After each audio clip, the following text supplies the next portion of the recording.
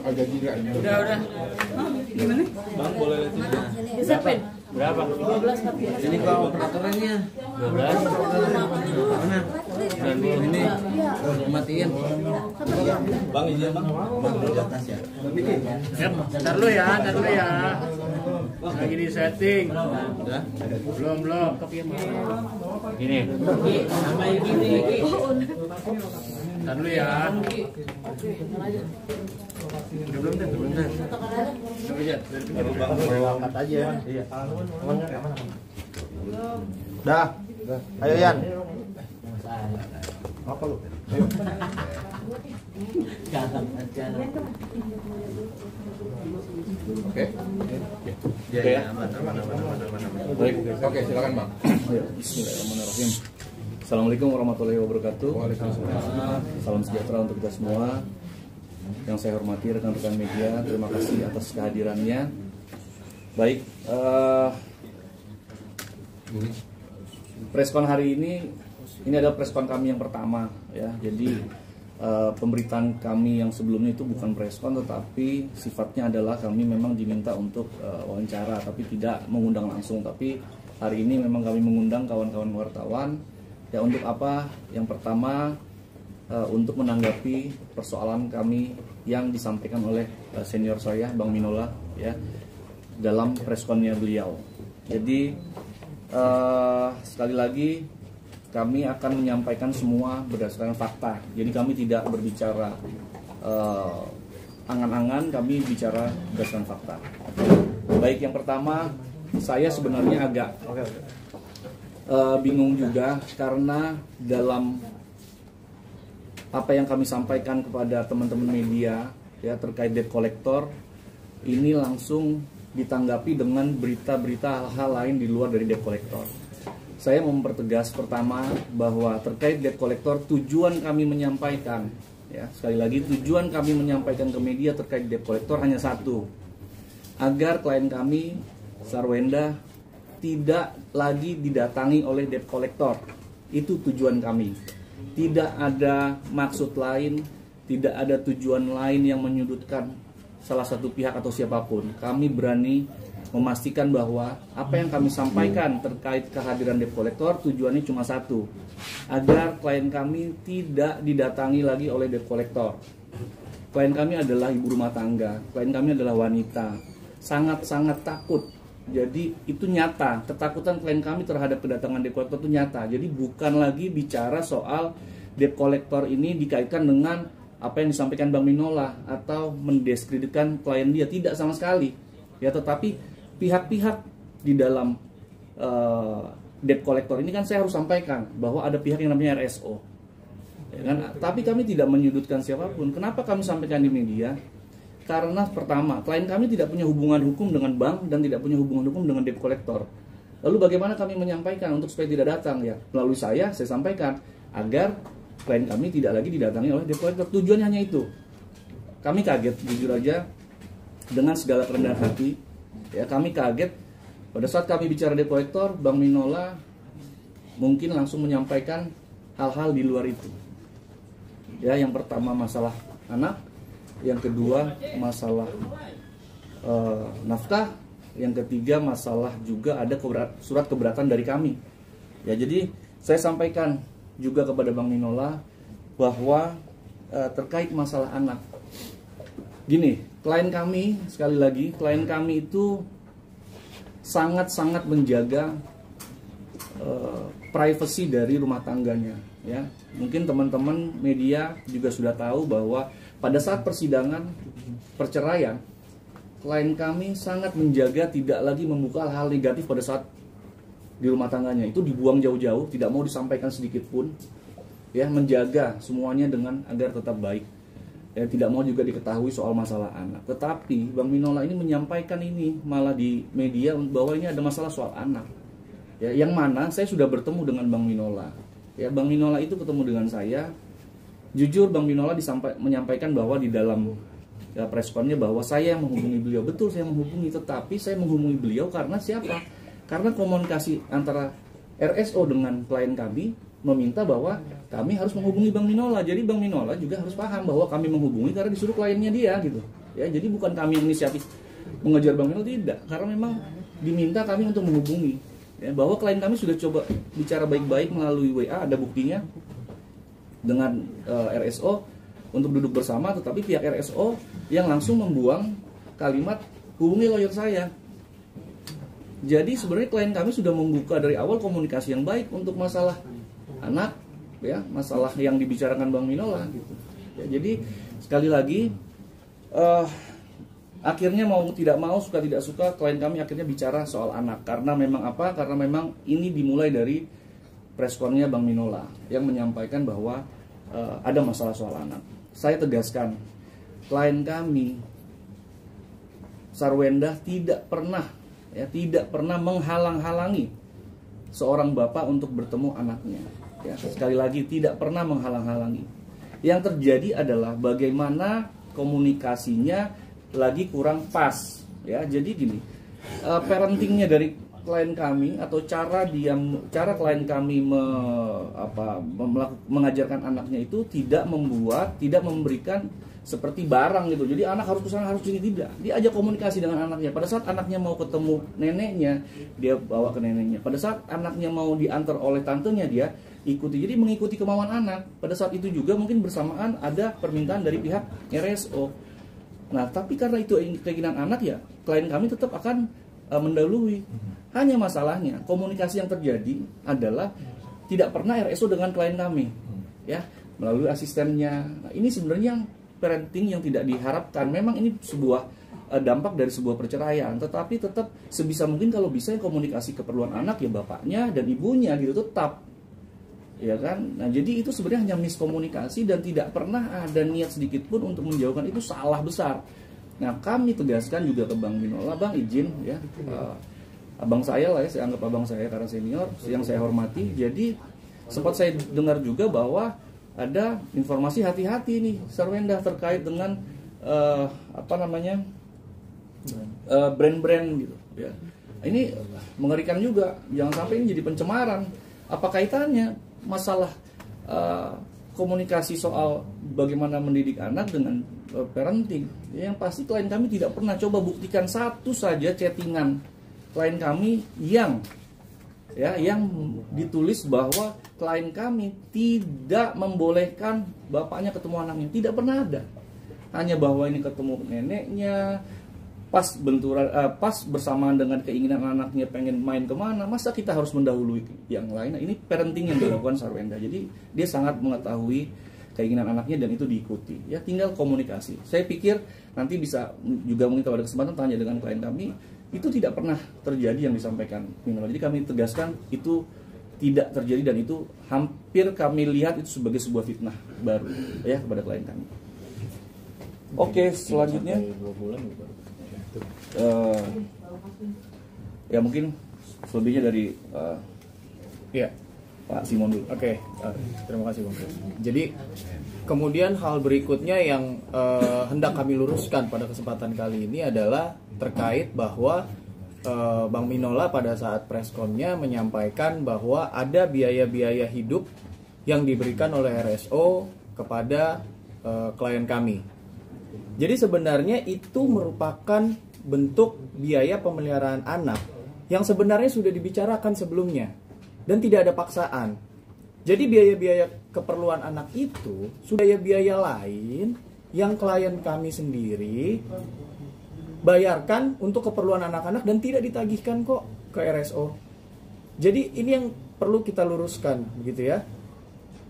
Dan fakta berikutnya, ini fakta yang menurut klien kami pada masa perkawinannya dulu pun ya, jadi sejak perkawinan sampai sebelum memiliki anak, itu klien kami diberikan uang saku untuk istri yang jumlahnya sangat terbatas. Lalu kemudian setelah mempunyai anak, tidak ada lagi uang khusus untuk istri. Yang ada hanyalah uang untuk keperluan anak-anak dan keperluan rumah tangga. Ya, dan itu semua direimburse. Nah, ini fakta yang harus kami luruskan. Jadi sebenarnya antara RSO dan klien kami pada proses perceraian dulu ada satu kesepakatan. kesepakatan yang ditandatangani di hadapan notaris. Apa isi kesepakatannya? Isi kesepakatannya adalah hal-hal yang mengatur hak-hak RSO, hak klien kami dan anak-anaknya, gitu ya. Nah, jadi terkait dengan hal tersebut ada kewajiban-kewajiban yang Ruben seharusnya penuhi, tapi saat ini diduga lalai untuk dipenuhi dan atau tidak sepenuhnya dipenuhi, sehingga ini akan berdampak kepada kepentingan anak-anak juga, begitu loh ya. Jadi dalam perkara inilah yang memicu akhirnya ada pembicaraan harus dibicarakan lawyer to lawyer, dan ini semua kami punya buktinya, gitu loh. Kami punya semua bukti, ada chat, bahkan aktanya pun kita bawa hari ini. Tapi apakah perlu untuk ditunjukkan ke publik? Kami rasa tidak. Ya, jadi itu yang perlu kami luruskan saat ini. Mungkin Bang ada tambahan? Oke, jadi kawan-kawan, kami tuh kaget ya. Saya ulangi sekali, kami kaget karena kami bicaranya hanya debt collector, lalu Bang Minola bicara soal anak dan lain-lain. Pembicaraan saya dengan Bang Minola dalam sebuah pertemuan memang membicarakan hal-hal lain itu. Tapi kami tidak tahu bahwa akhirnya sampai dikonsumsi sebagai konsumsi publik seperti ini. Ya, tetapi karena memang sudah dibicarakan ya kami sampaikan. Ya, jadi kami sekali lagi klien kami ini seorang ibu ya, seorang ibu yang sangat-sangat menjaga semua nilai-nilai baik dari keluarganya. Ya, sampai di persoalan perceraian kita pahami bahwa tidak pernah ada tuh omongan jelek sedikit pun, ya. Tetapi tidak menutup kemungkinan apabila klien kami terus dipojokkan, klien kami akan bisa jadi menyampaikan apa adanya sebagai curhatan seorang istri selama ini, ya kan? Jadi kami tidak mau juga larut di dalam situasi itu. Kami hanya ingin satu, ya, tidak lagi kami disudutkan terkait masalah biaya-biaya hidup, karena biaya-biaya hidup itu jujur saja itu adalah sebuah kesepakatan. Bahkan Wenda dalam chatnya ada buktinya juga, tapi kami tidak tunjukkan karena bukti-bukti ini kami bisa pertanggungjawabkan secara hukum, ya, dan kepada Tuhan Yang Maha Esa. Jadi kami tidak perlu tunjukkan di depan umum, tapi kami siap pada saat nanti berproses lanjut. Jadi klien kami itu dalam biaya hidup itu sebenarnya sudah sebuah kesepakatan. Ada chattingan Wenda dengan RSO menyatakan bahwa ini bagaimana? Ini biaya mau kita bagi dua. Menurut RSO adalah tidak usah, saya yang tanggung jawab semua. Sudah pada saat proses-proses itu pihak Sarwenda itu sistemnya juga reimburse, jadi dibayar dulu baru ditagihkan. Jadi Sarwenda ini bukan yang nggak punya duit untuk membayar semua, dibayar, tapi reimburse gitu. Dan reimburse-nya ini bukan dengan paksaan, misalnya kita reimburse ini harus dibayar, kalau nggak bla bla bla. Enggak, silakan aja bayar semua dengan keikhlasan. Coba bayangi kalau seorang sudah ikhlas, lalu tiba-tiba ada masalah seperti ini dibuka, ini bayar gini, bayar begini, yang menjadi kewajibannya dia pun jadi tidak dilaksanakan. Ini kan masalah akhirnya. Ya kan, saya tidak mau membicarakan ini awalnya, saya hanya mau bicara debt collector. Tapi karena sudah dibuka oleh Bang Minola, saya bicarakan bahwa sudah ada kesepakatan gonogini terhadap klien kami, dan itu ada hak dan kewajiban. Ya, terkait anak mungkin besar menurut Bang Minola, tapi coba cek situasinya. Ya, ada chat dari anak-anak pun yang tidak dibalas sama RSO. Kami punya buktinya, voice note nggak dibalas. Sekarang gimana komunikasinya gitu? Jadi memang ini sebuah perceraian, hasil dari sebuah perceraian yang menurut saya memang berdampak pada anak. Tetapi tolong jangan kita bawa ke ranah publik lah soal anak, ya. Itu saya sebenarnya agak kecewa juga. Tapi yang nggak apa-apa, kita sudah buka. Yang pasti sekali lagi dari Sarwenda tidak pernah melarang anak-anaknya, ya. Nah, sekarang yang kami tagihkan dalam surat keberatan, Bang Minola kan sempat bilang nih ada surat keberatan dari pihak kliennya Sarwenda, ya kan. Tetapi tidak disampaikan isinya. Sekarang saya sampaikan isinya, bahwa keberatan itu adalah tidak terjalankannya atau kewajibannya terkait gonogini. Itu yang kami menjadi keberatan. Tetapi kami berharap, jujur saja, kami berharap kita masih bisa duduk bersama, ya, Sarwenda dengan Ruben maupun saya dengan Bang Minola untuk membahas ini agar tidak berlarut kepada hal-hal yang di luar itu lagi, ya, yang semakin luas. Dan saya tidak berharap itu. Sekali lagi, klien kami ini hanya seorang ibu, ya, yang berjuang. Kalau misalnya ini saya jelaskan, kalau seandainya Bu Wenda bercerita dari awal pernikahan sampai akhir, mungkin Indonesia bisa heboh juga, gempar juga dengan ceritanya beliau, ya. Tapi itu tidak dilakukan. Kenapa? Ya, itu biar menjadi kebaikannya Bu Wenda dalam menutupi itu semua, ya. Jadi kami berharap klien kami bisa lebih tenang hidupnya, ya kan, bisa menjalani ini dengan sebaik-baiknya. Itu saja dari saya. Mungkin ada tambahan? Ya, itu aja. kembali lagi mengulang apa yang Bang Fre sampaikan. Klien kami pada dasarnya mengundang RSO untuk mau duduk bersama menyelesaikan permasalahan-permasalahan yang ada. Ya, itu aja. Terima kasih. Oke, mungkin teman-teman mau bertanya 3 pertanyaan deh. Bang, pertama mungkin Iya. soal kan yang di highlight tuh 2 bulan tidak bertemu anak gitu bang. Terus yang kedua ketika klien abang mendengar pihak Bang Minola menyampaikan soal anak itu responnya seperti apa dan akhirnya dia memilih sikap seperti apa mungkin yang ditutupkan ke abang. Ya, ini kan hal yang lucu ya. Maksudnya kami di sini bawa bukti chatnya pertemuan itu ya. Kapan pertemuannya ada dengan anak-anak ya. Dan itu tidak 2 bulan kok gitu loh. Belum lama kok, masih dalam hitungan minggu. Jadi ini hal-hal yang memang ya dalam kesempatan kali ini kami luruskan. Jadi kami bantah bahwa ada pernyataan 2 bulan tidak bertemu dengan anak-anak, itu tidak ada. Respon Bunda respon Bunda ketika mendengar pihak Bang Minola tiba-tiba menyampaikan soal sulit bertemu anak. Gini, klien kami selalu bicara berdasarkan bukti. Jadi pada saat dia bicara bahwa sekian lama tidak dipertemukan, ditunjukkan kepada kami bukti-buktinya. Ya kami cuma bisa ketawa aja kenapa bisa dibilang sejauh ini. Itu pertama. Yang kedua, coba deh nanti kami sudah tunjukin, coba ditanya aja ke pihak RSO. Anaknya itu WA, anaknya itu kirimkan voice, nanti bales nggak? Ya kan? Tapi saya nggak mau masuk terlalu jauh karena gimana pun mereka adalah keluarga lah. Ya, jadi kita nggak usah putuskan. Tapi yang pasti apa yang disampaikan bahwa tidak bertemu itu bohong, kita bisa buktikan semua itu. Ya. Nah jadi hanya masalah komunikasi. Ya. Wajarlah parentingnya Bu Wenda ini mendahulukan kepentingan anak. Ya, jadi permintaan anak ya itu yang diikuti. Berbenturan dengan apa yang diminta Ruben ya pasti Wenda pasti akan lebih nurut kepada apa yang diminta oleh anaknya gitu. Ya. Jadi contohnya ya, misalnya Ruben mau jemput anaknya, tahu-taunya anaknya, aku mau dijemputnya sama tantenya, ya kan? Silakan aja. Nah, sekarang tinggal komunikasi aja. Jadi RSO komunikasi dengan klien kami, gitu loh, ya kan? Ini kenapa gini-gini? Komunikasi aja, jangan pakai pihak lain. Kalau pakai pihak lain ya repot lagi karena parentingnya nggak masuk, gitu. Ya, nah itulah kurang lebih. Ya. Terakhir kapan mungkin Bang ketemu dari anak ke RSO-nya? Terakhir ketemunya? Ya dalam hitungan minggu lah. Bang, terkait benar nggak sih kemarin itu kan Bang Minola mengatakan nafkahnya itu 200 juta. Nah, 200 juta itu permintaan dari seorang Wenda atau inisiatif dari Ruben sendiri? Oke, tadi disampaikan. Ya, kesepakatan. Jadi memang ada pembicaraan pada masa proses perceraian dulu, dan itu memang sudah disepakati bersama. Kesepakatannya bukan angka ya. Kesepakatannya tentang sebuah kepentingan anak yang awalnya Wenda sudah WA dibilang ini mau kita bagi 2, lalu RSO bilang saya yang tanggung semua. Sistemnya pun reimburse. Jadi bukan langsung dimintakan dalam bentuk uang, tidak. Jadi Wenda ini bayarkan dulu semua, lalu ditagihkan. Ditalangi dulu. Oh. Jadi bukan minta 2 enggak. Itu pun juga sudah tanpa paksaan, sudah dengan hasil komunikasi. Bukan Anda kalau nggak bayar gini nggak ada. Artinya begini, ya. Kalau misalnya tagihannya 200 juta, lalu misalnya RSO bilang saya cuma ada uangnya 10 juta, ya silakan. Nggak akan marah, klien kami akan penuhi sisanya gitu. Tetapi karena itu semua adalah hasil komunikasi, kan nggak fair. Begitu ini semua hasil komunikasi, begitu ternyata ada masalah, lalu dia bilang, wah ini dibayar sekian, ini bayar sekian.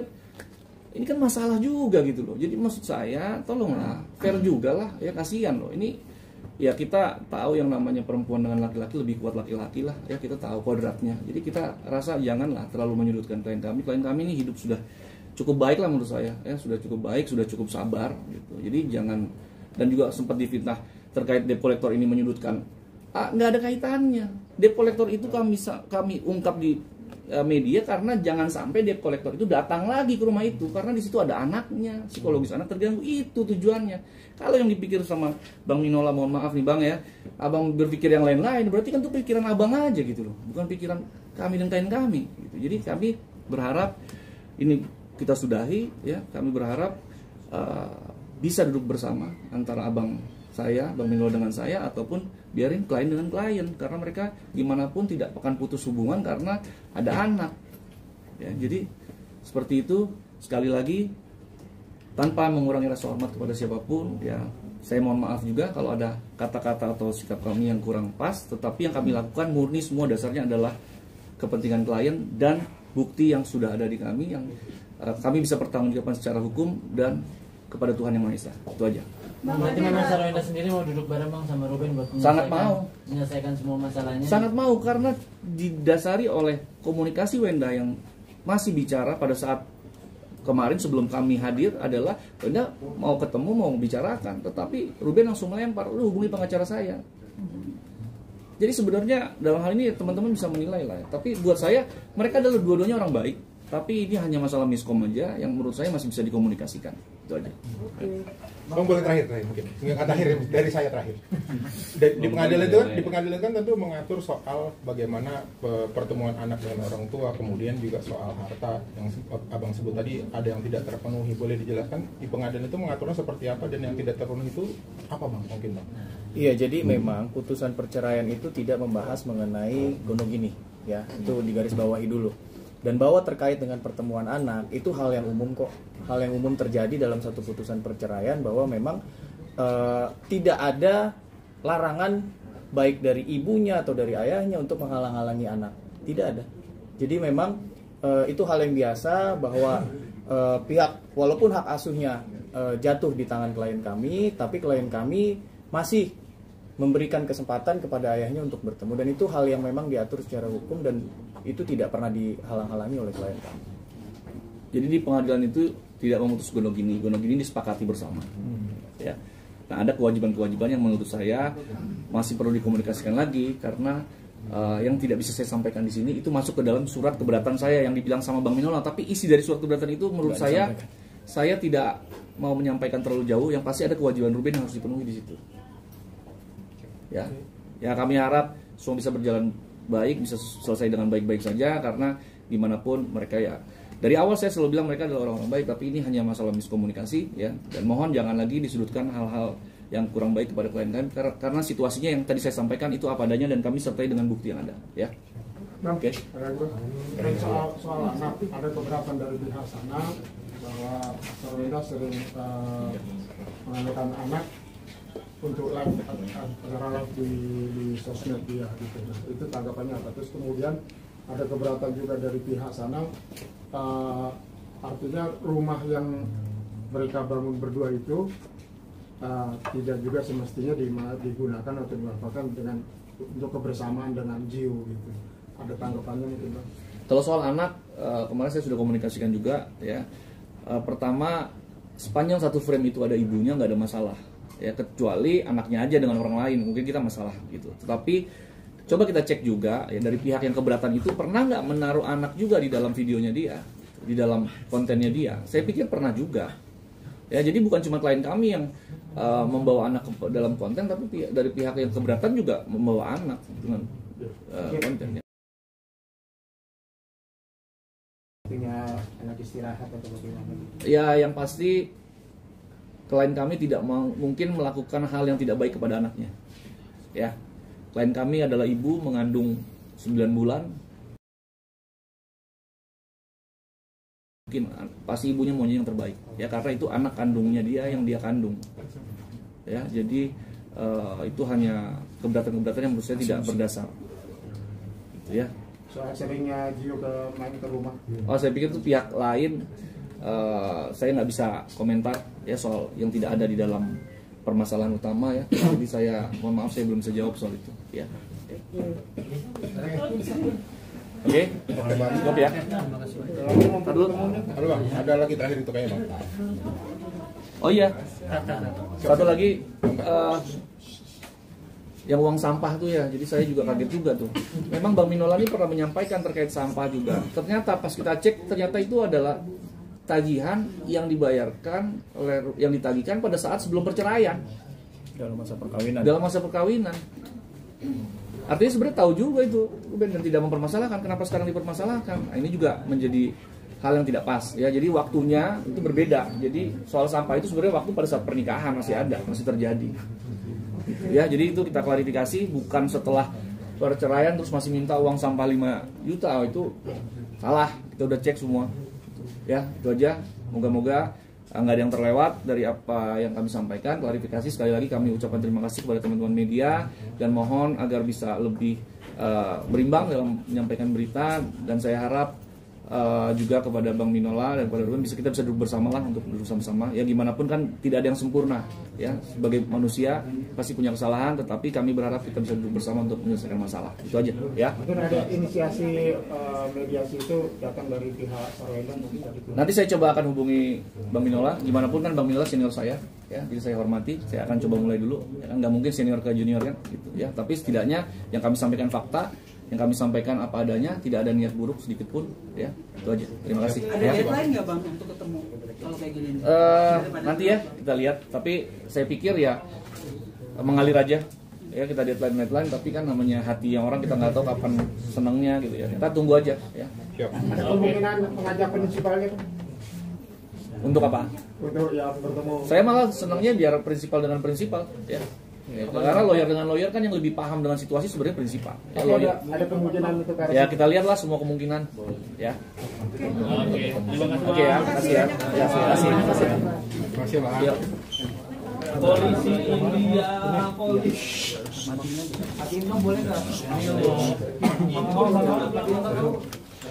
Namanya jangan salah ya. Siapa? Mana ya? Keluar ke menu. Jangan lagi.